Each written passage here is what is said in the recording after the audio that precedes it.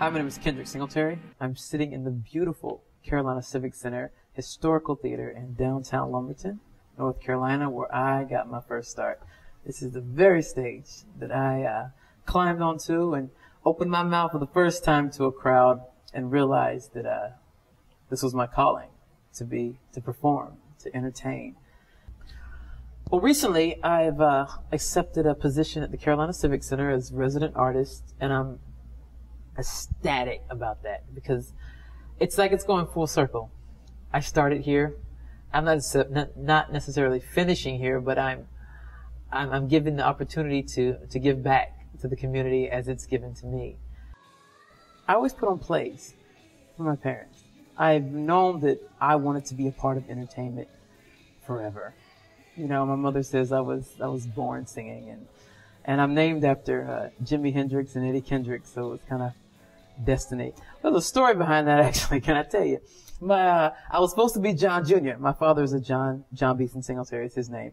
I was supposed to be John Jr. naturally, but they said when I was born, I just didn't look like a John.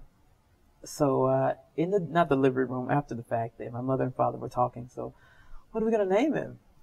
And my father said, my father loved Jimi Hendrix, but his lyrical content wasn't up to my mother's Christian upbringing standards, so she vetoed that, you know. But she enjoyed Eddie Kendricks from the Temptations. So they put those two together, and thus Kendrix was born. And they said, that's it. This is Kendrix with an X. So it was destined, I guess, that I'd be in the entertainment. Well, I first decided that I wanted to do theater. I was in a Roland Norman school, and we took a field trip to Givens Performing Arts Center, and there was a puppet show. And it was the kind of puppet show where there's people dressed in black, and they hold these larger-than-life, these massive puppets, and they go across stage and manipulate the puppet in complete darkness, except for a black light shining on them. And I saw these people on stage, and I realized that these actors were on stage, these puppeteers, and I was watching them, and I was like, only watching them, but then after a while, I didn't see them anymore. And it became about the character on stage and the puppet. And I was, at the time, you know, most kids are really insecure, and just, I was super insecure growing up in high school. I was overweight, and I was just always scared. People were talking about me, people were laughing at me, and just got in my own way a lot. But that was a moment that I was watching this and saying, I can do that. Let me go on stage and be somebody else, to get away from all the worries and the issues that I had in real life, and go on stage and disappear was how I viewed it in my head.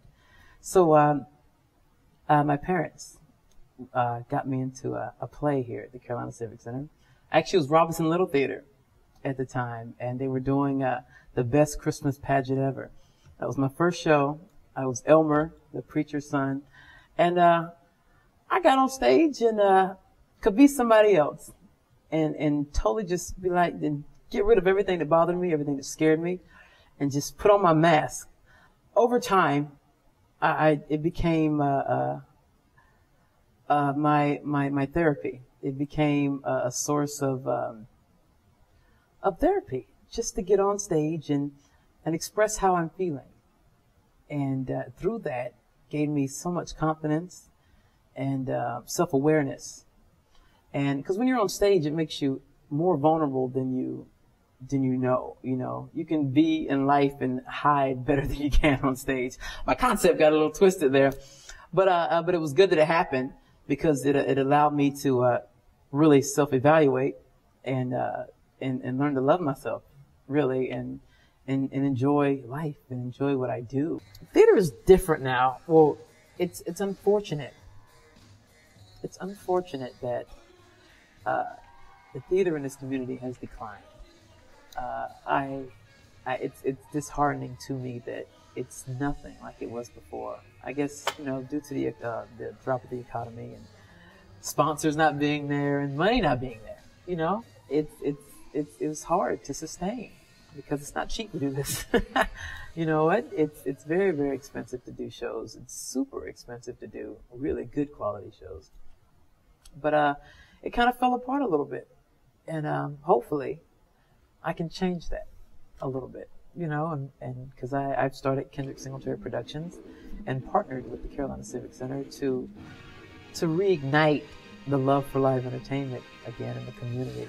And so it's my dream and hope that that can be the beginning of something really incredible, not only for the community, but in the downtown area, but for other kids who need that outlet, who are searching for that outlet, that way to express themselves. And which is very important. It's very, very important. Because kids now, they don't really know how to communicate or how to transfer that negative energy, you know? And so if this was an opportunity for them, why not get everybody in? Come out the street, come in here, use this stage for that. That's happened to me. This place saved my life.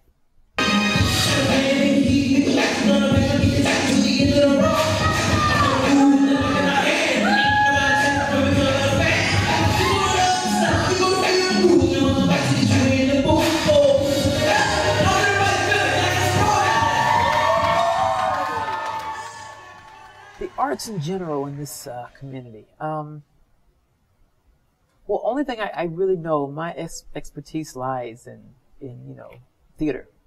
So, but I do know there's a lot of talented people in Robeson County. I hear people talking. I see paintings. I run into other artists, and it seems that there's a pulse in Robeson County, but I do feel like it's not as celebrated as it could be. You know, I just feel like my thing, I think people need more of an avenue. I feel that people need more of an opportunity to come out of the woodwork and opportunities to show what they do and what they can do, be it visual art, singing, dancing, or whatever it be. But I feel like it's most certainly, it's in the blood of the city. We have lots of talent here. What would I say to a budding artist in Robeson County? Keep the faith. Keep going.